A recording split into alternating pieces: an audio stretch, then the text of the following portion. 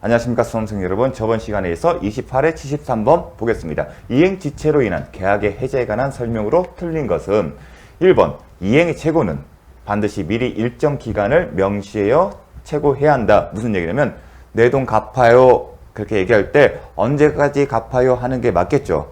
하지만 언제까지라는 그 기한을 명시하지 않다 하더라도 이행 최고로서는 적법합니다.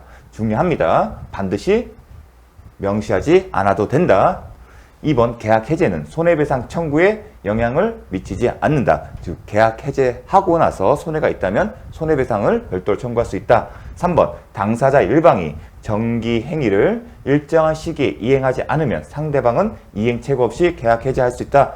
자, 정기 행위의 경우에는 이행 최고 필요가 없죠. 왜냐하면 이행 최고는 이행을 하면 이행이 가능하다는 전제인데 정기행위는 딱 정해진 시점에 해야 하는 거죠. 자, 4번 당사자 쌍방이 수인인 경우 계약 해제는 1인이 대하여 하더라도 효력이 있다. 중요합니다. 쌍방이 당사자 일방이나 상대방이 여러 명이면 그 해제권은 그 전부가 아니고 그리고 상대방 여러 명이면 그 전원에 대해서 해야 한다는 겁니다. 중요합니다. 5번 쌍무계약에서 당사자 일방이 이행을 제공하더라도 상대방이 채무를 이행할 수 없음이 명백한지 여부는 계약 해제 시를 기준으로 판단한다. 상당한 복잡한 내용이 있습니다. 그래서 여러분은 수험생은 그 이후로 29회 이후로 28회 이후로 출제된 바는 없습니다. 계약 해제 시를 기준으로 한다. 요 정도만 기억을 해 주십시오. 74번 매매의 일방 예약에 관한 설명으로 옳은 것은 일방 예약은 물권 계약이다. 물권 계약은 아니다. 자, 물권과 채권의 차이점은 뭐죠? 물권은 처분에 있어 더 이상 급부의 문제가 남지 않는다. 채권은요. 급부의 문제가 남는다. 이행의 문제가 남는다. 급부의 이행. 예컨대 매매계약 체결하게 되면 그걸 끝납니까? 아니죠. 소유권 이전 등기 필요한 서류를 건네주고 등기라는 문제가 남죠. 그렇게 해야만이 소유권을 취득합니다. 예약은 뭐죠? 본계약을 체결한다는 급부의 이행 문제가 남습니다. 즉 예약만으로 매매는 어떤 소유권을 넘기는 거죠. 예약만으로 넘어갑니까? 그렇지는 않죠. 따라서 급부의 이행 문제가 남기 때문에 채권 계약이다. 2번 매매의 일방 예약은 틀린 거죠. 상대방이 매매를 완결할 의사를 표시하는 때에 매매의 효력이 생긴다. 언제 발생한다가 소급하지 않습니다. 완결의 의사를 표시한 때 그때서 가서야 매매의 효력이 생기는 거지 소급하는 것이 아닙니다. 3번 예약 안결권을 행사 기간에 행사했는지에 관해 당사자의 주장이 없다면 법원은 이를 고려할 수 없다. 이게 뭘 물어본 거죠? 예약 안결권은 형성권이고 제척기간이에요. 제척기간은 뭐다? 직권 조사사항이다. 따라서 당사자 주장이 없다 하더라도 법원이 이를 고려합니다. 당사자 주장이 있어야만이 고려하는 경우는 소멸시효입니다. 그래서 제척기간의 경우는 직권 조사사항이기 때문에 당사자가 요 기간에 대해서 어떤 언급이 없다 하더라도 법원은 직권을 조사합니다. 4번 매매계약이 성립한 이후 상대방의 예약 완결권 행사 전에 목적물이 전부 멸시되어 이행 불능이 된 경우에도 예약 안결권을 행사할 수 있다? 그렇지 않다. 이행이 불능이기 때문에 예약 안결권을 행사할 수 없고요. 설사 행사하더라도 예약 안결권을 행사한다는 것은 매매의 효력이 생긴다는 겁니다. 하지만 이 경우에는 예약 안결권을 행사할 수 없고 설사 행사하더라도 매매의 효력이 생긴다? 생기지 않는다. 5번 예약 안결권은 당사자 사이에 그 행사 기간을 약정하지 않은 경우 그 예약이 성립한 날로부터 5년 내 그렇지 않다. 10년 내에. 자, 왜 10년이라면 예약 안결권은 제척기간에 해당되는 형성권이고요. 형성권이기 때문에 제척기간에 겁니다. 그럼 보통의 경우는 10년입니다. 10년 내에 이를 행사해야 한다. 자, 참고로 예약 안결권은 10년을 초과하더라도 가능합니다. 20년, 30년이면 그 기간 내에 행사할 수 있습니다. 비교할 것은 환매권입니다. 자, 75번 갑이 2017년 2월 10일 을 소유의 상가 건물, 상가면 항상 포인트 줘야죠. 을로부터 보증금 6억 원에 임차하여 상가 건물 임대차 보상에 대항 요건을 갖추고 영업하고 있다. 자, 2017년입니다. 이 당시에는 서울의 환산보증금이 4억이었어요. 그러면 이 지문은 뭐냐면 환산보증금이 초과하는 경우예요. 어떠한 지역이라 하더라도. 왜냐하면 서울이 4억이니까. 어떤 지역은 다 초과하는 경우, 그 경우를 전제로 해서 문제를 푸는 겁니다. 현재는요, 9억이잖아요. 그러면 이게 지금 10억에 임차 있다고 바꾸겠습니다. 현재 시점에서는 9억이기 때문에 10억이 하게 되면 환산보증금이 지역별로 정한 경우를 어떤 지역이라 하더라도 다 초과한 경우입니다. 그걸 묻는 질문은 상가건물 임대차법에 적용되지 않는 경우와 적용되는 경우를 묻는 겁니다. 자, 1번. 갑의 계약갱신 요구권은 최초의 임대차 기간을 포함한 전체 임대차간이 5년을 초과하지 아니한 범위에서만 행사할 수 있다. 2017년도에는 5년이 맞았어요. 지금은요, 10년입니다. 현재는. 2번. 갑과 을 사이에 임대차 기간을 6개월로 정한 경우, 을은 그 기간이 유효함을 주장할 수 있다. 그럼 상가 건물 임대차법에 있죠. 기간이 정함이 없거나 1년 미만으로 정한 경우는 1년을 본다. 다만 상가 임차인은 1년 미만의 기간이 유효함을 주장할 수 있다. 그 조항이 떠올리셔야 합니다. 그러면 문제는 환산보증금이 지역별로 정한 금원을 초과한 경우에 적용되냐? 적용되지 않는다. 구조 1항은 환산보증금이 지역별로 정한 금원을 초과한 경우는 적용되지 않는다. 그렇다면 어떻게 되죠? 당사자는 임대인뿐만 임차인뿐만 임대인보다 임대인 또한 6개월로 정한 계약이 유효함을 주장할 수 있다는 겁니다. 원칙적으로 계약을 정했으면 그게 유효해요. 다만 상가 건물 임대차법이 적용되면 그 법에 따라 1년을 보지만 상가 임대는 안 되지만 상가 임차인은 그 6개월의 유효함을 주장할 수 있어요. 지금 을은 누구죠? 임대인이잖아요. 그런데 상가건물 임대차법이 적용이 안 돼요. 그럼 원칙에 따라서 그 계약이 유효하다는 전제에서 임차인뿐만 아니라 상가 임대인도 그 유효함을 주장할 수 있습니다. 중요하겠죠? 이런 내용은 임대인은 계약기간이 유효함을 주장할 수 있다. 왜냐? 상가건물 임대차법이 구조 1항이 적용되지 않기 때문에. 3번. 갑의 계약갱신 요구권에 따라 갱신되는 임대차는 전 임대차와 동일한 조건으로 다시 계약된 것으로 본다. 법조문입니다. 4번. 계약갱신 요구권. 그 경우에는 환산보증금이 얼마인지 따라서 구분되지 않고 모든 경우에 다 적용됩니다. 즉 환산보증금이 지역별로 정한 금원을 초과하는 경우에도 적용됩니다. 4번. 임대차 종료 후 보증금이 반환되지 않는 경우. 갑은 종료 후 보증금 반환되지 않는 경우는 임차권 등기를 할 수 있습니다. 어디다죠? 부동산 소재지 관할 법원. 신청할 수 없다. 왜냐하면 임차권 등기는 이 경우에 하는 임차권 등기는 환산보증 금액이 일정 금액을 초과하는 경우는 적용되지 않기 때문에. 4번, 5번. X건물이 경매로 매각된 경우 갑은 특별한 서정에만 보증금에 대한 일반 채권자보다 우선 변제 효력 경우에도 환산보증금의 일정 금액을 초과하는 경우 적용된다 안 된다? 적용되지 않는다. 그래서 틀린 질문입니다. 대항력은 적용되지만 우선변제 효력은 환산보증금이 일정 금액을 초과하는 경우 적용되지 않습니다. 따라서 우선변제 효력과 관련된 게 또 뭐가 있죠? 임차권 등기. 임차권 등기는 사실상 담보물권처럼 취급하거든요. 담보하는 목적이기 때문에 그래서 우선변제 효력과 연결되는 겁니다. 그래서 임차권 등기도 지역별로 정한 보증금을 초과하는 경우에는 적용되지 않는다. 세트로 기억을 해주십시오. 정말 중요합니다. 자, 76번. 갑은 을의 저당권이 설정되어 있는 병소의 주택을 병으로부터, 병은 그러면 임대인이에요. 임대인. 그리고 갑은 임차인이고 을은 저당권자예요. 저당권이 설정되어 있는 부동산에 대해서 주택에 대해서 임대차 계약을 체결했어요. 그럼 저당권자가 나오게 되면 도식적으로 이제 기억하시면 이런 식으로 만드셔야 합니다. 임차인은 병으로부터 보증금 2억에 임차에 대항력권 갖췄고 확정일자 갖췄다. 확정일자 갖추면 우선 변제 효력이 있다. 이렇게 쓰셔야 합니다. 그리고 그 후 정의 X주택의 저당권을 취득한 다음 저당권 실행을 위한 경매에서 무가 X주택의 소유권을 취득했다. 그러면 도식적으로 이렇게 기계적 쓰시게 됩니다.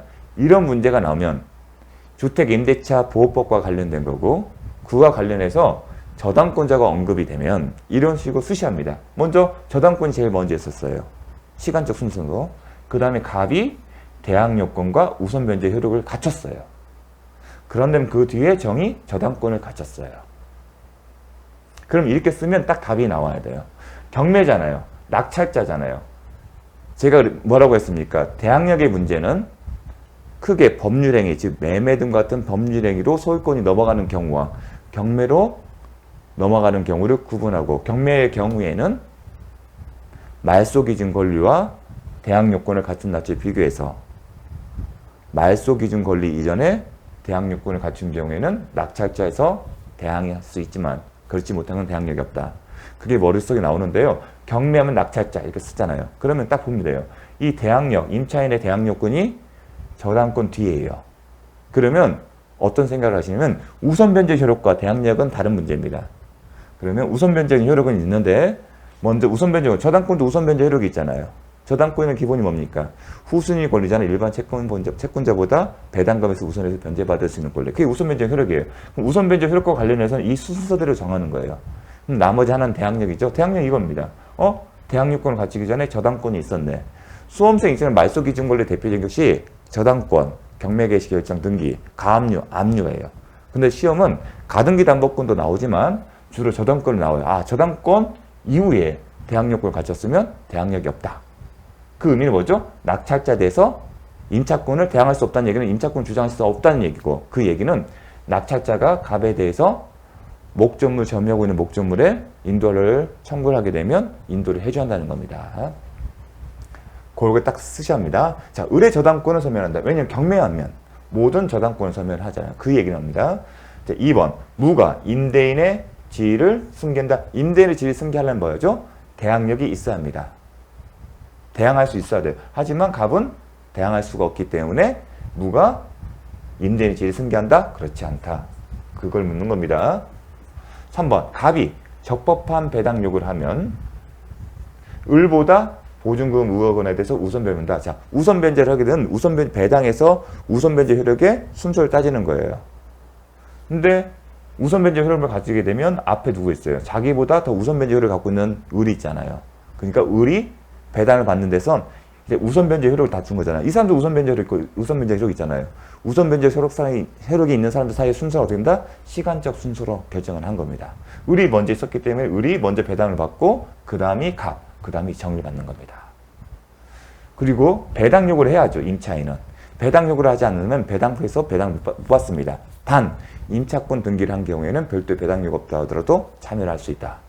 자, 그 내용을 묻는 거고요. 갑은 무로부터 보증금을 전부를 받을 때까지 존속관계에 준수할 수 있다. 이 얘기는 뭐죠? 대항력이 있을 때는 이 얘기를 할 수 있는 거예요. 대항력이 없으면 이런 얘기를 못합니다. 5번 정의 갑보다 매각 때문에 우선 변제를 받는다? 아니죠. 우선 변제가 나오면 순서를 따지는 거예요. 저당권도 우선 변제 효력이다가 우선 변제 효력이 있는 사람들끼리 순서를 따지는 거예요. 시간적 순서로. 근데 정은 갑보다 후순위잖아요. 그러니까 그래서 틀린 겁니다. 그렇게 보셔야 합니다. 아, 우선 변제 효력이 생긴다? 저당권이 어떤 의미다? 우선 변제 효력이다. 그럼 우선 변제 효력이 있는 사람이 여러 사람이다. 그러면 시간적 순서로 따진다. 자, 그렇게 보시면 됩니다. 자, 77번. 갑은 조세포탈, 강제집행 몇탈, 법령상 제한의 회피를 목적으로 하지 않고, 이게 나왔다는 얘기는 명의신탁 약정이 유효한 경우를 전제로 하는 경우라를 감을 잡으셔야 합니다. 딱 보니까 배우자가 나와요. 우리가 명의신탁 약정은 무효이지만 이러한 조세포탈이나 강제집행면탈 또는 법령상 제한의 회피를 목적으로 하지 않고 배우자와 종중과 종교상체 사이 체결된 명의신탁 약정은 유효하다는 게 배웠습니다. 수험생에서는 항상 배우자가 나오죠. 종중이나 그게 나오질 않습니다. 보통 배우자가 나옵니다. 딱 감을 하십니다. 그러면 이 약정은 유효하구나. 자신의 토지를 을 명의로 소유권 이전 등기를 맞췄다. 자, 그러면 명의신탁 약정인데 유형을 봐야겠죠. 먼저 양자가는요. 신탁자가 소유자잖아요. 갑이 자신의 자신의 소유권을 맡긴 거잖아요. 을에게. 갑이 을에게. 등기부상 소유자가 이 사람이었는데 이 사람으로 소유권 이전 등기를 바뀐 거예요. 이전 등기를. 그리고 명의신탁 약정은 뭐다? 유효하다. 그럼 약정이 유효한 경우에 법률관계를 묻는 거예요. 그럼 명의신탁 약정이 유효하다고 할 때 딱 기억할 게 몇 가지가 있죠. 첫 번째, 유효하면 이 약정을 깨트리는 방법, 다시 회복하는 방법은 계약 해지, 약정을 해지하는 게 가능하다. 약정이 무효일 때는 해지 불가능하다. 그게 쟁점이 되고요. 그 다음에 약정이 유효하면 대내적으로 소유자는 누구다? 약정 자체에 따라서 갑이 소유자예요. 그렇기 때문에 을의 점유는 타주점이다. 다만 대외적으로 누가 소유자다? 을이다. 따라서 을이 제3자에게 매매 등의 법률 행위를 원인으로 해서 소유권을 넘겨주면 제3자는 선악의 분문 없이 상관없이 소유권을 취득합니다. 다만 특별한 사정이 있으면 무효가 돼요. 어떤 경우는 103조 위반에 해당 경우는. 예컨대 제3자가 명의식당 약정의 사실을 알고 갑이 소유자임을 알고는 향후에 갑에게 돌려줘야 하는 것을 알면서도 적극적으로 배임행에 가담해서 그 경우에는 무효가 된다. 그게 약정이 유효했을 때 나오는 유형입니다. 쟁점입니다. 먼저 을은 갑에 대해 소유권을 주장할 수 없다. 왜냐하면 대내적으로 관계, 갑과 을 사이에서는 누가 소유자니까 갑이다. 그게 명의식당 약정이잖아요. 약정이 유효하니까 그 얘기를 못한다는 겁니다. 두 번째, 갑이 X 토지를 병에게 매도한 경우 이를 타인의 권리에 매도할 수 없다. 왜냐하면 사실상 자기의 물건을 파는 거 마찬가지예요. 왜냐하면 제3자가 봤을 때 등기부상 소유자는 을로 보이잖아요. 을인데 갑자기 갑이 나타나서 팔잖아요. 그러면 물어보겠죠. 왜 등기부상 이름은 을로 됐는데 당신이 나서냐? 그럼 설명을 하겠죠. 그리고 확인을 하겠죠. 그래서 타인 권리 매매가 되는 게 아닙니다. 좀 알아두십시오. 3번 정의 제3자죠. 저 3자가 X 토지를 불법 점유하는 경우. 자, 제3자가 불법 점유한 경우라면 대내적 관계예요. 대내적 관계면 수탁자와 수탁자의 문제고 제3자의 관계는 대외적인 문제예요. 그럼 대외적인 문제 있을 때는 항상 떠오르는 게 누가 소유자다? 수탁자가 소유자예요. 대외적인 문제는 수탁자 소유다. 그러면 대외적인 문제는 뭐냐? 대부분이 제3자가 불법 점유하는 경우가 나옵니다. 시험에서는. 그러면 수탁자가 소유자다. 따라서 신탁자가 소유자 중에서 물권적 청구권을 행사할 수 없습니다. 그럼 누가 한다? 수탁자인 소유자가 하는 겁니다. 수탁자인 을이 소유권에 기한 물권적 청구권을 행사할 수 있다. 그걸 묻는 겁니다. 그런데 갑은 신탁자는 직접 정의대 소멸반환 청구권. 소멸반환 청구권이 뭐죠? 213조예요. 213조의 요건은 뭐죠? 갑이 소유자라는 전제인데 제3자 관계에서는 누구다? 신탁자가 아닌 수탁자가 소유자이기 때문에 갑은 할 수 없다. 그걸 묻는 겁니다. 4번. 을로부터 X토지를 매수한 병이 을의 갑에 대한 배신행위에 적극하다는 경우. 배신행위에 적극하다는 표현이 나오면 103조 위반이다. 그 감을 잡으셔야 합니다. 이중매매가 아니다. 이중매매가 유사하다고 봅니다. 왜냐하면 명의신탁이 약정이 유효하면 나중에 해지에 의해서 을은 갑에게 소유권을 다시 회복해줄 의무가 있기 때문에 일매매 계약과 체결된 것과 비슷한 유형으로 보는 겁니다. 그래서 똑같은 법리가 적용된다. 배신행위에 적극하다는 경우는 무효다. 을과 병사의 계약이. 병이 을과의 매매 계약에 따라 X토지에 대한 소유권 이전 등기를 마친 경우. 자, 이 사람이 대외적으로 소유자이기 때문에 제3자의 소유권이 있는 거고 대외적으로 이 사람 소유자예요. 그럼 소유자 있으니까 처분권이 있고 처분권이 있기 때문에 제3자 앞으로의 소유권 이전 등기가 유효합니다. 근데 특별한 사정이 없었죠. 어떤 사정? 이런 사정이 없으면. 그 얘기를 한 겁니다. 특별한 사정이 없는 한 소유권을 취득한다. 자, 78번. 갑은 을에게 빌려준 1,000만 원을 담보하게 돼. 빌려준 1,000만 원. 돈을 빌렸다. 그게 금전 소비대차입니다. 담보하기 위해서 을 소유 토지에 가등기를 바쳤다. 그러면 가등기 담보는 언제 경우다? 채권이 금전 소비대차 계약이다. 아니면 준소비대차다. 근데 빌려줬으니까 금전 소비대차죠. 그 다음에 채권액과 그 다음에 담보로 제공된 부동산의 시가를 비교해서 시가가 더 커야 돼요. 그게 이제 딱 나오죠. 그럼 1,000만 원 있고 시가 1억이 통다. 그럼 이 경우에는 뭐죠? 가등기 담보법이 적용된다. 그게 감이 오셨는데요. 근데 병이 X토지에 저당권을 취득했다. 그럼 이 경우에 채무자, 소유자는 을이고요. 그 다음에 갑이 가등기 담보권이 있어요. 근데 가등기 담보권은 법정 담보물권을 생각하시면 됩니다. 근데 제가 법정 담보물권에 그냥 수험생 편의상 저당권을 생각하시면 됩니다. 두 번째, 병이 저당권이 있어요. 이런 상태로 이렇게 정리를 하셔야 합니다. 딱 이 시각적으로 이게 확인이 돼야 나중에 응용을 쓰죠. 왜냐하면 가등기 담보권자는 경매를 청구할 수 있어요. 그럼 그 경우에는 뭘로 본다? 저당권으로 와요. 우선 변제 세력하고 우선 변제 두 개 있죠. 그러면 순서는 어떻게 된다? 시간적 순서에 따라 이 우선 변제 더 받죠. 병보다. 그게 하나고. 아니면 사적 실행할 수가 있죠. 청산저자를 받고 본등기를 청구할 수 있지 않습니까? 그러면 병은 어떻게 됐는지. 이 사람은 후순위 권리자가 돼요. 그럼 후순위 권리자 보호 방안이 있지 않습니까? 가등기 담보 제가 강조하는 것들. 그걸 묻는 겁니다. 그래서 보겠습니다. 을의 채무 변제와 채무자요. 채무자 채무 변제 의무와 갑의 가등기 말소 의무는 동시에 관계가 있다. 저당권을 생각하시면 답을 찾겠죠. 변제 말소를 먼저 해야 하는 거죠. 동시에 관계 아닙니다.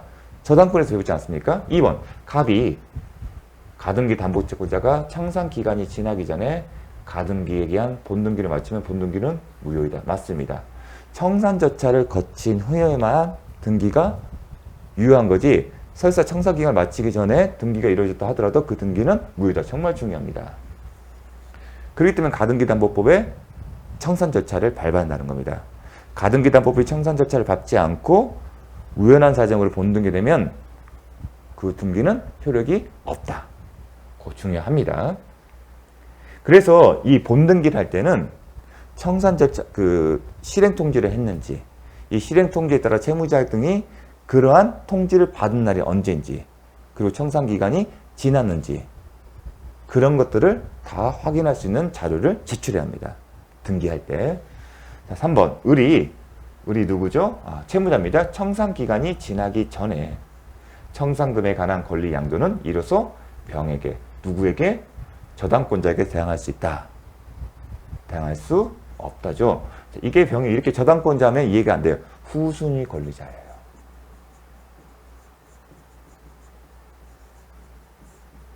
이런 식으로 기억을 하셔야 합니다. 자, 후순위 권리자는 누구다? 담보 가등기 이후에, 가등기 담보 이후에 등기된 저당권자, 전세권자 아니면 담보 가등기권자예요. 이 사람들의 공통된 특징은 향 중에 갑이, 가등기 담보권자 갑이 사적 실행, 기속 청산의 방식으로 본등기를 하게 되면 후순위 권리자의 권리들은 직권 말소돼요. 근데 청산금은 만약 이게 민사집행법에 따른 집행 절차면 집행법원이 주도하에 보관 중인 금원을 가지고 배당 절차가 이루어져요. 그럼 그 사람들은 돈을 받을 수가 있어요. 자기의 순서에 따라서. 하지만 사적 실행은 뭐예요? 청산금을 평가를 해서 남은 청산금이 있으면 누구한테 줘요? 채무자한테 주잖아요. 그럼 이 사람들이 채무자한테 그 돈을 달라고 하는데 돌려받지 못하는 리스크가 있어요. 그래서 이런 보호 방안이 나오는 거다. 그래서 그 내용을 쓴 겁니다. 본래 청산금에 대한 권리자는 누구예요? 채무자 등이겠죠. 채무자나 아니면 물상 보증인. 그런 사람들 겁니다. 하지만 가등기담보는 후순위 권리자도 이 청산금에 대해서 행사할 수도 권리를 줬어요. 채무자한테 지급하기 전에 나한테 달라는 거예요. 그 돈 나한테 줘. 그러면 가등기담보권자는 거기에 응해한다는 겁니다. 다만 선순위 담보권자는 청구권자에서 제외됩니다. 왜요? 본등기를 하더라도 이 선순위 저당권은 말소가 안 돼요. 따라서 가등기 담보권자가 그 저당권의 채무를 변제해야 합니다. 사실상. 말소가 안 되기 때문에 그렇습니다. 자, 후순위 권리자는 그 순위에 따라 채무자 등이 지급받을 청산금에 대하여 실행 통지한 청산금 평가액의 범위에서 청산금 지급 시까지 권리를 행사할 수 있고, 언제까지요? 청산금 지급 시까지. 청산금을 채무자 지급할 시까지 할 수 있고, 채권자는 후순위 권리자 요구가 있으면 이를 지급해야 합니다. 그렇게 함으로써 후순위 권리자를 보호하는 거예요. 더 나아가 또 뭐가 있죠? 채무자가 청산 기간이 지나기 전에 실행 통지를 하고 그 기간부터 2개월이죠. 2개월이 지나기 전에 한 청산금에 관한 권리 양도나 그 밖의 처분은 후순위 권리자에게 대항하지 못한다. 정말 중요합니다. 그리고 청산 기간이 지나기 전에 한 청산금에 관한. 또 하나가 있죠. 후순위 권리자는 실행 통지한 청산금 평가액에 이의가 있을 수도 있으므로.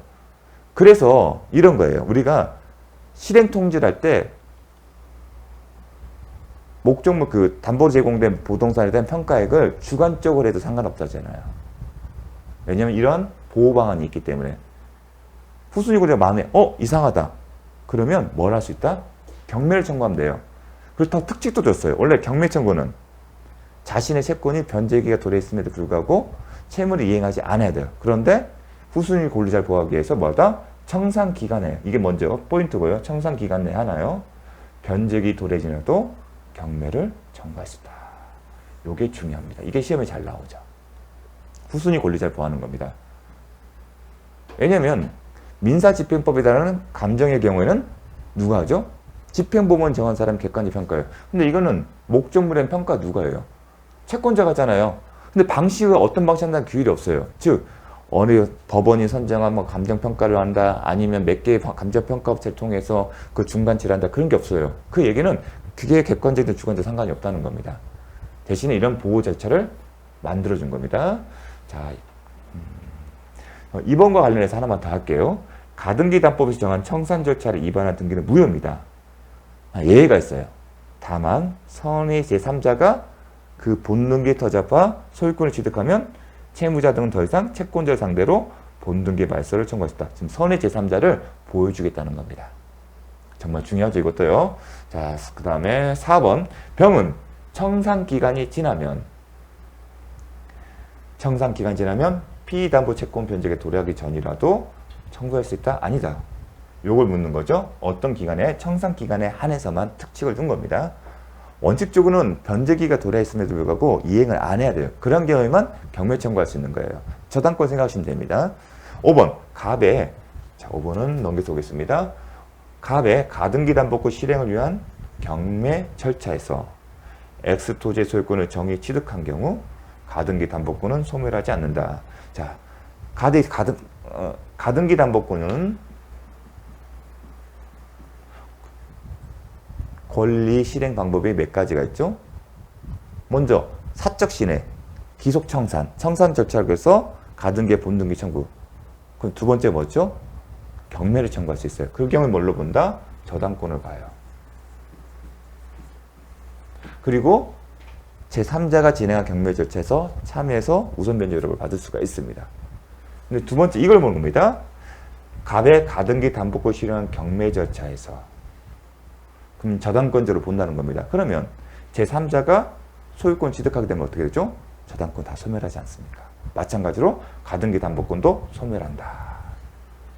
가등기 담보권은 선택에 따라 사적 실행을 하거나, 사적 실행이 기속 청산이고요. 청산 절차를 거쳐서 가등기 담보의 목적인 부동산의 소유권을 취득하는 겁니다. 아니면 목적 부동산 경매를 청구할 수 있습니다. 후자의 경우는 저당권을 본다. 따라서 이후 기속정사 절차를 거쳐 본등기를 마치거나 경매로 제3자가 낙찰을 받아 소유권을 취득하면 가등기 담보권은 소멸한다.